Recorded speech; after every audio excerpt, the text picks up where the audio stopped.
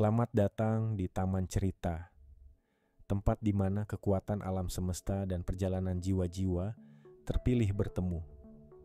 Alam semesta dengan segala keajaibannya senantiasa memberi petunjuk, sementara jiwa-jiwa terpilih menjalani misi yang lebih besar. Bergabunglah dalam perjalanan ini dan rasakan bagaimana kekuatan alam semesta mengarahkan kita menuju tujuan sejati. Orang-orang pilihan, dengarkanlah aku. Ini adalah peringatan dari Tuhan sendiri. Apa yang kubawakan hari ini bukan sekadar pesan biasa, tetapi peringatan ilahi yang langsung berasal dari takhta Allah. Ini ditujukan bagi mereka yang telah dipilihnya. Ini adalah untukmu. Dengarkan dengan saksama. Tuhan mengasihimu lebih dari yang dapat kau bayangkan. Kasih karunia-Nya, rahmat-Nya, dan kemurahan-Nya ada atasmu. Tetapi dengarkan baik-baik, ada batas yang tidak boleh kau lewati. Batas ini berbahaya, mematikan, tempat di mana musuh mengintai, menunggu untuk mencengkeram siapapun yang melangkah keluar dari perlindungan Tuhan. Banyak yang telah jatuh karena mengabaikan peringatan ini. Mereka bermain terlalu dekat dengan bahaya, berpikir bahwa kasih karunia akan selalu melindungi mereka. Tetapi mereka lupa bahwa Tuhan itu penuh rahmat, tetapi Ia juga adil. Ketika seseorang melewati batas ini, mereka masuk ke wilayah musuh, dan kehancuran menjadi kepastian. Orang-orang pilihan, dengarkan aku. Pesan ini bukan untuk semua orang. Apa yang akan kusampaikan ini bukan untuk orang banyak, bukan untuk mereka yang suam-suam kuku, dan bukan untuk mereka yang hidup dalam pemberontakan. Pesan ini hanya bagi sedikit orang, bagi mereka yang telah dipisahkan, dipanggil, dan dipilih oleh Tuhan sendiri. Dengarkan dengan saksama. Pesan ini hanya untuk mereka yang siap menaati Tuhan tanpa kompromi, bagi mereka yang bersedia berjalan dalam jalan-Nya, hidup dalam hukum-Nya, dan sepenuhnya menyerahkan diri kepada kehendak-Nya. Tidak semua orang akan memahami ini. Tidak semua orang siap untuk tingkat ketaatan seperti ini. Banyak yang akan mendengar tetapi tidak mau mendengarkan. Banyak yang akan melihat tetapi tetap buta. Tetapi jika rohmu merasa tergugah, jika ada sesuatu dalam hatimu yang mulai terbangun, ketahuilah bahwa pesan ini ditujukan untukmu. Orang-orang pilihan, pernahkah kau menyadari bahwa ada titik tanpa jalan kembali? Ada batas rohani yang jika dilewati, tidak ada lagi jalan kembali. Ada dosa yang begitu berat, sehingga bahkan kasih karunia Tuhan yang tak terbatas tidak dapat menutupinya. Ada pelanggaran yang begitu mutlak, sehingga dalam seluruh kitab tidak ada pengampunan bagi dosa ini. Ini bukan teori, ini bukan spekulasi, ini adalah peringatan langsung dari mulut Tuhan sendiri. Kata-katanya tak katanya tidak samar-samar, tidak terbuka untuk ditafsirkan secara sembarangan. Ia menyatakannya dengan jelas, tegas, dan tanpa ragu. Ada satu dosa, hanya satu, yang disebut sebagai dosa yang tidak terampuni. Dosa yang begitu final, begitu mutlak, sehingga membawa konsekuensi kekal. Melampaui kehidupan ini, inilah dosa penghujatan terhadap Roh Kudus. Ini bukanlah topik yang ringan. Ini adalah perkara yang sangat serius, perkara kekekalan. Ini bukan sekadar kesalahan, bukan hanya jatuh dalam dosa atau bahkan berpaling dari Tuhan untuk sementara waktu. Tidak, ini lebih dalam, lebih gelap, dan bersifat final. Dan jika beratnya kata-kata ini tidak mengguncang hatimu sampai ke dasar, maka kau belum benar-benar memahami betapa mengerikannya hal ini. Apa sebenarnya menghujat Roh Kudus itu? Mengapa dosa ini begitu berat sehingga bahkan Tuhan sendiri tidak akan mengampuninya? Dan yang paling penting, bagaimana kita dapat memastikan agar tidak terjerumus ke dalam jebakan ini? Pertanyaan-pertanyaan ini bukanlah pilihan, melainkan sesuatu yang wajib kita pahami. Sebab ketidaktahuan bukanlah alasan yang dapat diterima. Jika Tuhan sendiri telah memberikan peringatan yang begitu tegas, maka kita harus memahaminya dengan sungguh-sungguh. Hari ini kita akan menguraikan hal ini dengan cara yang belum pernah dilakukan sebelumnya, langkah demi langkah. lapisan demi lapisan, kebenaran di atas kebenaran. Aku akan mengajarkan ini seolah-olah kau sedang belajar membaca dan menulis untuk pertama kalinya, karena ini terlalu penting untuk disalahpahami. Tanpa asumsi, tanpa dugaan, hanya kebenaran. Dengarkan dengan saksama. Biarkan pesan ini tertanam dalam rohmu. Ini bukan sekadar pengajaran biasa. Ini adalah perkara kekekalan. Jika kau memahami kebenaran ini, itu bisa menyelamatkan jiwamu dari kebinasaan kekal. Sebelum kita melangkah lebih jauh, aku ingin mengambil momen ini untuk mengucapkan terima kasih kepada setiap dari kalian yang telah mendukung misi ini dengan kasih, doa, dan kemurahan hati. Dukunganmu bukan sekadar dihargai, itu sangatlah penting. Kalian bukan hanya pendukung tetapi mitra dalam panggilan ilahi ini. Dari lubuk hatiku yang terdalam, aku berterima kasih.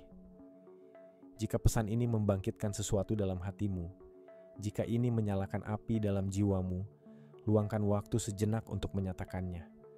Ketik di kolom komentar, "Ya Tuhan, aku bertobat." Ini bukan sekadar kata-kata. Ini adalah pernyataan yang penuh kuasa. Ini adalah cara untuk mengatakan, "Aku mendengarmu, Tuhan. Aku adalah orang pilihanmu, dan aku siap menjalani rencanamu." Dan jika Anda belum melakukannya, berlanggananlah ke kanal ini agar Anda tidak melewatkan pesan seperti ini, pesan yang dapat menguatkan roh Anda dan menuntun jalan hidup Anda. Sekarang, mari kita menyelami ini bersama-sama. Bukan hanya sebagai sebuah pengajaran, tetapi sebagai pengalaman yang dapat mengubah segalanya. Apakah Anda siap? Mari kita mulai. Kita mulai dengan perkataan Tuhan. "Aku berkata kepadamu, sesungguhnya segala dosa dan hujat anak-anak manusia akan diampuni. Tetapi siapa yang menghujat Roh Kudus, ia tidak akan mendapat ampun selama-lamanya, melainkan bersalah karena dosa yang kekal." Apakah Anda menangkap maknanya? Semua dosa bisa diampuni. Pembunuhan bisa diampuni. Pencurian bisa diampuni. Perzinahan bisa diampuni. Bahkan menyangkal Tuhan masih bisa diampuni. Tetapi menghujat Roh Kudus tidak akan pernah diampuni. Tidak dalam kehidupan ini, tidak pula dalam kehidupan yang akan datang. Hukuman kekal. Tetapi mengapa? Apa yang membuat dosa ini berbeda dari yang lain? Untuk memahami hal ini, kita harus terlebih dahulu memahami siapa Roh Kudus itu dan apa perannya dalam keselamatan kita. Siapa Roh Kudus? Roh Kudus bukan sekadar energi, kekuatan, atau sekadar kehadiran samar-samar. Dia adalah Allah. Bayangkan Roh Kudus sebagai jembatan antara Allah dan hati Anda. Dialah suara yang berbisik, "Kembalilah, bertobatlah, ikutilah Tuhan." Dialah yang membuka mata rohani Anda dan membuat hati Anda terbakar dengan keyakinan akan kebenaran. Tanpa Roh Kudus, Anda tidak akan pernah bisa mengenali kebenaran tentang Tuhan. Tanpa Dia, keselamatan adalah hal yang mustahil. Sekarang, apakah Anda mulai memahami mengapa dosa ini begitu serius? Menghujat Roh Kudus berarti menolak satu-satunya pribadi yang dapat membawa Anda kepada pertobatan. Ini bukan hanya dosa terhadap hukum Allah, ini adalah dosa terhadap upaya penyelamatan Allah sendiri. Ini bukan tentang berbicara menentang Roh Kudus karena ketidaktahuan, tetapi menolak pekerjaan Roh Kudus dengan sadar, sepenuhnya, dan sengaja. Itulah titik tanpa jalan kembali. Lalu, apa arti semua ini bagi Anda? Bagaimana Anda bisa yakin bahwa Anda belum melakukan dosa ini? Dan yang lebih penting, bagaimana Anda dapat menjaga hati Anda agar tidak jatuh ke dalamnya? Tetaplah bersama saya, kita akan membahas ini langkah demi langkah, karena ini terlalu penting untuk diabaikan. Menghujat Roh Kudus bukan sekadar kesalahan. Sepele dosa ini bukan sekadar satu kesalahan atau kata-kata sembrono yang diucapkan dalam kemarahan. Ini jauh lebih dalam dan lebih mematikan. Menghujat Roh Kudus berarti menolak pekerjaannya secara sadar sepenuhnya, dan dengan hati yang keras. Ini bukan sekadar ketidakpercayaan, tetapi mengetahui kebenaran dan tetap memilih untuk menolaknya. Mari saya jelaskan dengan sebuah ilustrasi. Bayangkan seorang pria tenggelam di lautan. Ia hampir mati, tetapi kemudian sebuah perahu penyelamat muncul. Orang-orang di dalam perahu melemparkan tali dan berteriak, "Peganglah, kami akan menyelamatkanmu." Tetapi alih-alih mengambil tali itu, pria itu tertawa, meludah ke arah mereka dan menepis tali itu. Ia berkata, "Aku tidak butuh bantuan kalian, pergi dari sini." Perahu itu berputar kembali sekali lagi. Para penyelamat memohon kepadanya, "Ambillah tali ini kesempatan terakhirmu." Tetapi sekali lagi, ia menolak. Ia menghina mereka, mengejek mereka, bahkan mengutuk mereka. Akhirnya, perahu itu pergi. Tidak ada lagi yang bisa mereka lakukan. Sekarang, siapa yang bertanggung jawab jika pria itu tenggelam? Para penyelamat telah melakukan segalanya yang mereka bisa. Tali itu ada di sana, tetapi ia sendiri yang menolaknya. Inilah gambar dari penghujatan terhadap Roh Kudus. Roh Kudus datang untuk menyelamatkan Anda, menyentuh hati Anda, menunjukkan kebenaran kepada Anda. Namun Anda menolaknya bukan karena ketidaktahuan, tetapi karena pemberontakan yang disengaja. Ini adalah ketika Roh Kudus menawarkan kehidupan, tetapi Anda menyebutnya kematian. Ketika Dia menawarkan kebenaran, tetapi Anda menyebutnya dusta. Mereka melihat pekerjaan Roh Kudus tetapi menyebutnya pekerjaan setan. Mereka mengetahui kebenaran tetapi memilih untuk menolaknya. Itulah titik tanpa jalan kembali. Mereka tahu bahwa itu adalah kuasa Allah, tetapi mereka tetap menyebutnya sebagai pekerjaan setan. Pada saat itu, hati mereka terkunci dalam pemberontakan yang kekal, bukan karena Allah menolak untuk mengampuni mereka, tetapi karena mereka sendiri yang menolak untuk diampuni. Inilah sebabnya Tuhan berkata, "Siapapun yang menghujat Roh Kudus, ia tidak akan pernah diampuni."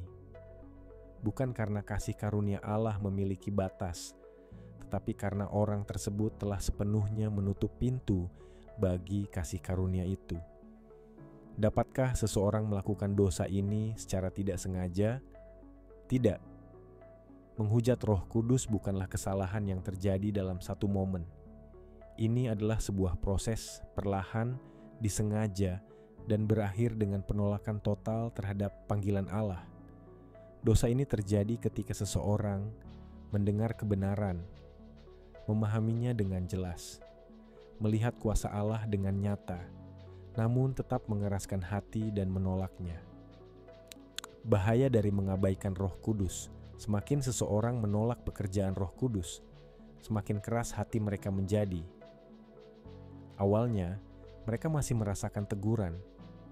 Roh Kudus masih menarik mereka, memanggil mereka untuk bertobat. Tetapi mereka mendorong panggilan itu pergi. Lain kali, lebih mudah menolaknya. Lalu semakin mudah. Hingga suatu hari, mereka tidak merasakan apapun lagi. Hati mereka telah berubah menjadi batu. Dan pada titik itu, pertobatan tidak lagi mungkin. Bukan karena Allah menolak mereka, tetapi karena mereka telah kehilangan semua kemampuan untuk kembali. Inilah kenyataan yang mengerikan dari penghujatan terhadap Roh Kudus. Bukan sekadar kejatuhan sesaat, bukan sekadar kata-kata yang diucapkan dengan sembarangan, tetapi sebuah penolakan yang disengaja, total, dan kekal terhadap kasih karunia Allah. Kitab suci memperingatkan kita, jangan sesat. Allah tidak membiarkan dirinya dipermainkan, sebab apa yang ditabur orang, itu juga yang akan dituainya. Dunia saat ini dengan bebas mengejek Allah. Banyak orang menghujat namanya dalam film, musik, dan percakapan sehari-hari. Mereka mengambil hal-hal yang kudus dan menjadikannya bahan lelucon. Mereka memutarbalikkan kebenarannya, mengolok-olok pengikutnya, dan memperlakukan perintah-perintahnya seolah-olah sudah ketinggalan zaman. Tetapi dengarkanlah ini, penghakiman itu nyata. mungkin tidak datang seketika, tetapi pasti akan datang. Allah itu sabar, tetapi Ia tidak buta. Ia tidak akan selamanya dipermainkan. Bagaimana dengan generasi ini? Bagaimana dengan mereka yang menertawakan Allah hari ini? Apakah mereka mengira bisa menghina Roh Kudus, menolak kebenarannya, dan pergi begitu saja tanpa konsekuensi? Akan tiba suatu hari di mana setiap lutut akan bertelut. Sebagian akan berlutut dalam penyembahan dan sukacita di hadapan juru selamat mereka. Yang lain akan berlutut dalam ketakutan, menyadari bahwa mereka telah menolak satu-satunya pribadi yang dapat menyelamatkan mereka. Pertanyaannya, di kelompok manakah Anda berada? Namun, dengarlah ini umat pilihan Tuhan. Jika Anda masih merasakan teguran di hati, itu berarti masih ada harapan. Jika Anda pernah berbicara menentang Allah dalam ketidaktahuan, bertobatlah hari ini. Kasih karunia-Nya akan menutupi Anda. Kasih-Nya lebih besar dari masa lalu Anda. Rahmat-Nya lebih dalam dari setiap kegagalan Anda. Tetapi jika Anda terus menolak, jika Anda terus mengeraskan hati, akan tiba hari di mana semuanya sudah terlambat. Umat pilihan Tuhan, Roh Kudus sedang memanggil. Bahkan saat ini, Ia sedang berbicara, menegur, menarik, dan mendesak Anda untuk menyerah sepenuhnya. Akankah Anda mendengarkan? Akankah Anda bersujud di hadapan-Nya selagi masih ada waktu? Jangan menolaknya. Jangan mengabaikan suaranya. Jangan menunda pertobatan Anda. Sebab penghakiman yang paling mengerikan bukanlah saat Allah menghukum manusia, melainkan saat Ia membiarkannya sendirian. Pilihlah hari ini siapa yang akan Anda layani sebelum pintu rahmat tertutup selamanya. Mari kita ucapkan bersama sebagai satu keluarga.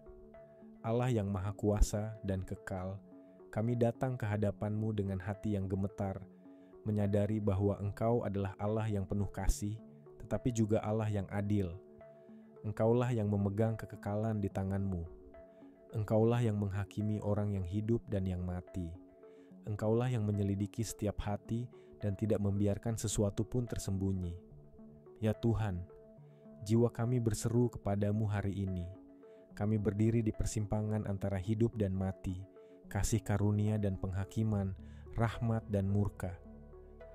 Engkau telah menyampaikan firman yang begitu berat, begitu menggentarkan, hingga mengguncang dasar keberadaan kami. Dosa yang tidak akan pernah diampuni. Dosa yang menutup pintu rahmat selamanya. Dosa yang melampaui batas tanpa jalan kembali. Kami berseru bagi setiap jiwa yang mendengar pesan ini. Kami berseru bagi mereka yang buta, yang memberontak, yang berhati keras, yang telah mengejek-Mu tanpa menyadari api yang sedang mereka mainkan. Ya Tuhan, kasihanilah mereka. Kasihanilah mereka sebelum semuanya terlambat. Jangan biarkan ini hanya menjadi sekadar kata-kata, tetapi jadikanlah sebagai api yang menghanguskan setiap perlawanan. Guncangkan setiap jiwa yang tertidur. Bangunkan setiap hati yang telah jauh dari-Mu. Runtuhkan tembok tipuan. Pecahkan rantai kebutaan rohani. Hancurkan kesombongan yang menolak untuk bersujud di hadapan-Mu. Bagi mereka yang akan bersekutu dalam menyebarkan kebenaran-Mu, hormatilah mereka. Berkatilah tangan mereka, agar mereka tidak pernah kekurangan. Berkatilah rumah mereka, biarlah kehadiran-Mu senantiasa tinggal di dalamnya. Berkatilah keluarga mereka, biarlah anak-anak mereka berjalan dalam jalan-Mu. Berkatilah kesehatan mereka, jauhkanlah penyakit dan penderitaan dari mereka. Berkatilah tujuan hidup mereka, agar mereka berjalan dalam rencana dan kasih karunia ilahi. Ya Tuhan, saat mereka meninggikan nama-Mu, tinggikanlah mereka. Saat mereka menghormati kebenaran-Mu, hormatilah mereka di hadapan manusia dan malaikat. Saat mereka menyebarkan firman-Mu, biarlah hidup mereka menjadi kesaksian akan kesetiaan-Mu. Segel mereka di bawah naungan kasih karunia-Mu. Biarlah tiada senjata yang ditempa melawan mereka akan berhasil.